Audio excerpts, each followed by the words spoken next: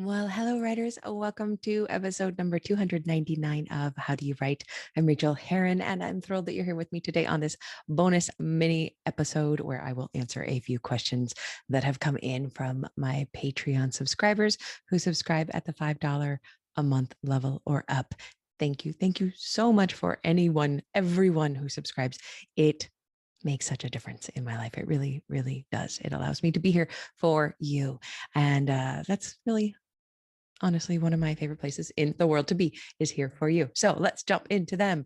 This first question is from Ellie, and it's one I've never gotten before, and I really, really like it. So, I like all the questions, but this one is new and unique. And she says, as part of my day job, I advise undergraduate students applying to law school and graduate programs. The thing they hate, even more than the LSAT and the GRE, is writing their personal statement. And frankly, it often shows in their essays, which I also review and provide feedback on. Most of these students are not English majors who are eager to show off their writing skills, and many of them do not think of themselves as writers. I view personal statements as tiny memoirs, a 3-page story about the applicants that show their motivation and career aspirations, demonstrates why they'd be a good fit for this school while also addressing a general prompt. I have read some essays that made me cry in a good way because of the story the writer told. Each of those essays was written by students who did not feel they were storytellers, and they worked hard to shape their essays into something very powerful. So I know it can be done. I am putting together a workshop with tips on writing a personal statement that, number one, won't make me want to sob in a bad way when I read it. And number two, will help them write a personal statement that is actually personal. My question for you is whether you can offer any advice from your experience teaching and writing memoirs to students who are struggling to tell their stories in this limited format. Yes, it is a difficult question, and it is a difficult thing to do, to show yourself in a personal, deep way that will affect the reader, which is what these essays are meant to do. They're meant to affect the person on the other end who is receiving this application. But in any essay writing that we do, in any creative nonfiction writing that we do, and you can argue that this is true for fiction as well, there are a few things that we want to have in place, even for such a small piece. And I do like to think of this as a 3-legged stool. So the first leg is kind of the thesis. We can think of it as the thesis. What is this trying to prove? What is this little mini essay or large essay? If you're writing a 15,000 word essay, it doesn't matter how big it is, but what is this essay trying to prove? The second leg is, why does it matter? And that's, for me, is usually the piece that is the hardest to figure out. And once I have it, then I can write the piece. But I think about this a lot every time I write a Patreon essay. I'm trying to show something. I'm trying to prove something. But why? It's like Cami Ostman of the Narrative Project always talks about the what and the so what. What are you going to try to prove? And so what? Why does it matter? And then that third leg is the showing, the detail of a specific moment in time that happened with as much detail as room allows. So in a 3-page miniature essay like this, they're not going to have much time. But instead of talking about the time that their father almost died, but they got to the hospital in time, and because they arrived at the hospital in time, Dad got a new lease on life and made it through the surgery. Instead of saying it just like I said it, I arrived at the hospital in time and my father said that he got a new lease on life and made it through the surgery. Instead of that, they show the beep of the machine and the clamminess of their father's hand when they held their father's hand for the first time since they were 4 or 5, and how their father's fingers felt in their own, and how they'd never noticed that their hands were now the same size, and the way that his eyes, when they looked into each other's, looked just like your little brother's, and you never noticed that your little brother has Dad's eyes. And this, and Dad says thank you, and he's never said thank you before, and that's in dialogue tags. Those tiny details are what makes the reader, lean in and listen and watch. And that is what conveys that emotional experience. Another thing that conveys the emotional experience is to remember to bring the body in, the body of the writer in. So when it's important that we feel dad's clammy, cold skin, or, warm, soft skin, or whatever it is. It's important that we have those visceral cues inside the writer's body. So remembering to what might that writer's body have been doing at that moment? You can ask them, would you have swallowed hard around the lump in your throat to try to keep back the crying? Would you have blinked rapidly? Does your stomach hurt? Are your hands in fists? Are you slouched on the couch, taking up room, feeling comfortable because you're in a different environment? Are you curled into a ball, trying to take up as little room as possible? So showing a discrete, nameable, describable moment in time does so much more. It is basically becomes shorthand for an entire story that you could tell. You can show in, something that happened in 2 or 3 minutes at dad's bedside that can kind of stand in for the entire relationship. We can understand different things by the way you tell it. Is this the first time you've ever connected with your father? That'll show. Is it a continuation of the connection you've always had with your father, and you're worried that it ends now, that this will be the last moment of it? That says a different thing. And it doesn't say, my father and I had been close for my entire 19-year life. That doesn't mean anything to me. I don't care about that. Showing that this closeness is something that you're worried about losing and that your whole body is reacting to it is something that I want to know. So if these students, and if anybody writing personal narrative nonfiction, can think of, if you're writing in essay format, this does not apply if you're writing in memoir format where you're telling an entire overarching story, although you'll have a lot of these little moments. But if you want a standalone essay, I do believe that keeping those 3 legs of the stool in mind are how we do it. What are we trying to show? Why does it matter? And then show that in action, in a moment, in a scene, or 2 scenes, or 3 scenes, or however many you can fit in there. You have to explain less when you show more. And yes, I will always say that show, don't tell is a nice thing to know. Sometimes we have to tell, sometimes we just have to. But when we are allowed to take the time to show something, it is so much stronger. And Ellie, I wonder if those ones that have made you cry in a good way had those moments of showing something that really happened and that you felt like you kind of got to witness and eavesdrop on because this writer showed it to you. So that is what I would encourage. And I hope that helps if you are, while you're putting together this structure for your students. And I think you're doing an amazing job. I used to do this way back in the day.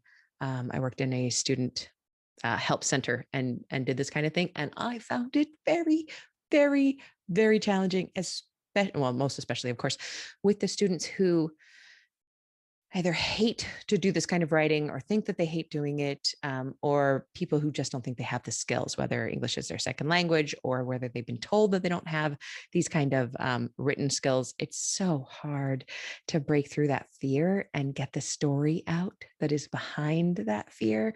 So you're doing the Lord's work, and keep that up. Thank you. Thank you so much for asking that, Ellie. All right. And then a couple of questions here from darling Maggie. Hello, Maggie. And she says, can you please explain the difference between a premise and a hook? Oh, such a good question. It's one of those situations where all the writers are using all the same words to mean different things. If you are talking in a very general sense, and you're sitting in a bar and you're at a writer's conference and somebody says, so what's the premise of your book? That's basically the same thing as them saying, so, what's the hook of your book? It's the same thing. They want to know, what is the pithy one-liner or fraction of a sentence that says what you're doing with this book? It is, I cannot even think of a single movie. It is Bridgerton meets Speed. There we go. That would be a premise or a hook. It is, speaking of speed, The hook or the premise would be she's got to keep the bus above 50 miles an hour or it will explode. There you go. You understand the whole book because of the premise. The book that I'm writing, she's going to die soon, but she'll experience 7 miracles before she does. That's the premise. You'll notice there's no plot in there. There's no real story. We don't know anything about the character. And I am exceedingly good at premises and then less so at actually writing the book because that's the hard part. So, that's usually what people are talking about. What is your story about in a nutshell? What's the fewest number of words you could use to describe this book? When in my classes and some other teachers, when they talk about the hook, sometimes we are using that to talk about how we get into the book. When I'm talking about the hook, I like to think about that very first scene and how it hooks a reader in. It makes the reader interested immediately, even though they don't know these people yet and there's no reason for them to care. It's not going to be the inciting incident because the inciting incident is a little bit later in the book, and it is where our main characters make the decision to engage with the problem which has presented itself. They have to make the decision. They can't just be thrust into it. They have to make the decision to do something differently to enter this new world. So you don't want to front load your first scenes with a world-changing event. I mean, sometimes you can, but you've got to think really carefully about how and why you're doing it, and then what that means about the later inciting incident. But if you front load that first scene or two with major life-changing events for this character, it doesn't really matter because our characters are not beloved by the reader yet. So they're like, oh, her star just exploded. Okay, that must suck for her, but we don't care. And I always bring it back to that idea of, if someone, you're in the grocery store, say, and the guy behind you tugs your shirt and says, my mom just died like 2 minutes ago. Well, oh my God, your heart is going to hurt. And you might give him a hug if you're both wearing masks and you're comfortable with that. If you want a hug, consent is important. And you will walk out of the store going, oh, that poor guy, that sucks. But, an hour later, you'll probably not think of him for more than a few seconds at a time. And then by tomorrow, you're not going to be thinking about him because you don't care. You have no investment in him. However, if you have spent, a day or two with this guy and you know that he loves his mother or that he hates his mother, and you also know that he's, trying to get his kid into this one preschool because it's got the teacher who is trans inclusive and your kid needs to be in that classroom, and then his mother dies, now we care. Now, when this happens, we want to know more and we want to be there because we have empathy and we support this character. So when I personally, Rachael Herron, and I know it's annoying, I should probably change the word for this, but when I talk about the hook in my classes, it is that first scene. How do we bait the reader into continuing to read by presenting them an interesting enough scene, which implies something about the theme and subject matter for the rest of the book, but not too much. It just gets us in. That's, for me, a hook. And it is practically impossible to do. And that's why we try not to do it well on the first draft, because there's a 97% chance you're going to change that first scene, because the book will teach you what it wants to be. And then after you've written the first draft and you know a little bit more about what the book wants to be, then you can go, oh, okay, now I'm going to make that first scene do the heavy lifting. Now that I know what I'm talking about, perhaps I'm going to rewrite that whole thing. So my guidance is always to write that first scene in your book as quickly as possible, knowing that it's just going to change. Very, very, very likely that it will change completely. And if it doesn't, good for you. You are the exception to that rule. And I'm speaking to the you plural, not just to you, Maggie. I know how your books work. Let's see. And then she says, okay. And then an example of how the premise might manifest differently in a query letter and the opening pages of your novel. So in a query letter, we are going to display that premise. We're going to display that big concept, that high concept, the big idea of the book. In the query letter, you're going to talk about that premise. You may not be talking about that premise in the first pages of the novel. Again, the first pages of the novel only have to get our reader interested enough to continue turning the pages. But it does matter that in a query letter, the agent will get the query letter, they will know the premise of the book, and then they will open those first pages. If they have requested to see a partial or a full manuscript, they'll open those pages and they'll start reading, knowing the premise, just like they would if they'd read the back blurb of a book and picked it up in a bookstore and started reading. The connection is there in their mind. They do not need to see reiterated in those first few pages of a book anything about the premise, because a lot of times the premise stems from something that happens at the inciting incident. Not always, of course, but a lot of times that's when the story really begins, is at that inciting incident. So it won't be there in those first few pages. What they're looking for in those first few pages is an interesting thing that's happening, that's showing the character in their status quo, which is about to get rocked. So does that make sense? They don't have to be totally connected. But if you're writing a book about the grief of a woman who loses her whole family, and that's what the book is about. She loses her whole family in a tsunami, because, oh my God, that memoir called Wave. But say it's a novel about a woman who loses her entire family in a tsunami and is about grief. That book is probably not going to open at Disneyland with a bunch of jokes and a lot of fun, lighthearted humor. You're going to lure the wrong reader in with those opening pages and then smack them with a book about grief. Could they be at Disneyland before the tsunami? Absolutely. Could there be fun? Yes. But there's also going to be a feeling in those first pages about deep connection, deep love, fear of loss. We want to be intimating what is going to be happening in a book with those first few pages. And again, if you're in the first draft or two or three, sometimes don't worry about those first few scenes yet. Get them in place so that you got something to work with later, something to change later. But it's a big ask for those few pages.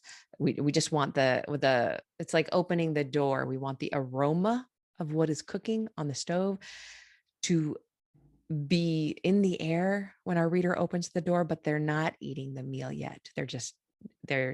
Are they smelling cinnamon spice because it's fresh baked hot cross buns? Or is it the deep, rich scent of beef burgundy being cooked? I don't even know how to make that.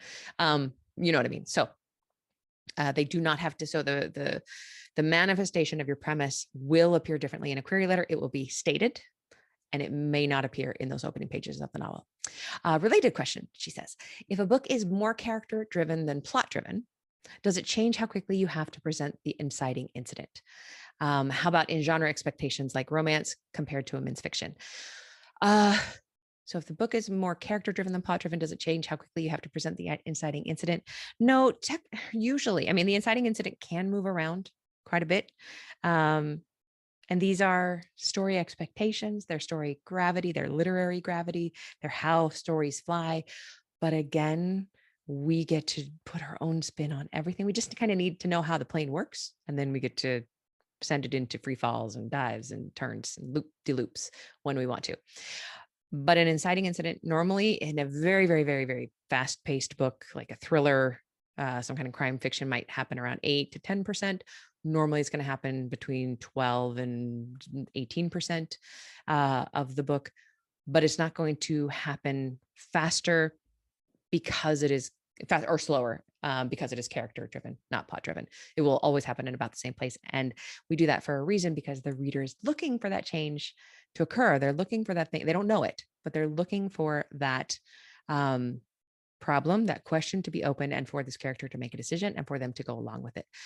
I will say that literary fiction, you probably have a little bit more latitude. You can go 20 to 25% before the inciting incident happens, because a literary reader who is not reading in a genre like romance or mystery or thriller or any of those might have a little bit more patience to go with a slower plot. But even then, I have told you this before, my highly literary driven writer friends often have their books and manuscripts rejected by agents and publishers for a rewrite to bring them into stronger story structure. So they're looking for it there too. But no, it's generally about the same place. Romance and women's fiction is going to have the same inciting incident placement. Yeah. And I can't think of an exception to that. Of course, the pacing might be different depending on what you're writing and depending on what kind of a writer you are and what you want your reader to experience. Is it going to be slower and more gentle? Is it going to be pow, pow, pow, fast, fast, fast? The percentages of where these things will happen are going to remain in about the same place. And if your brain is going, what are you talking about percentages? What do you mean? Then you should definitely go sign up for my writer's email list of encouragement, because at some point on that email autoresponder sequence, you get my beat sheet that I have put together that I use to write a book. And it's based on everything I've learned over all of the years from all of the teachers, all in one PDF that you can print out and have next to you. And it's got all the percentages, which are suggested.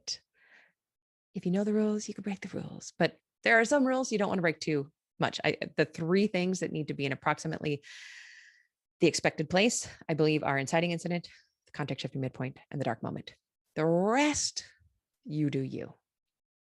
The rest is all just a nice to have, but those three things probably need to be in approximately the right place. So fantastic questions, both of you. Thank you, Maggie. Thank you, Ellie, for these. I really, really appreciate them. If you are a patron at the level of the coaching, I'm out of questions. Send me some more questions. Are you sitting there listening to any of the shows or any other shows or working on your book and find yourself facing a question? Let me have it. Tell me about it and let me answer it, because I really enjoy doing this.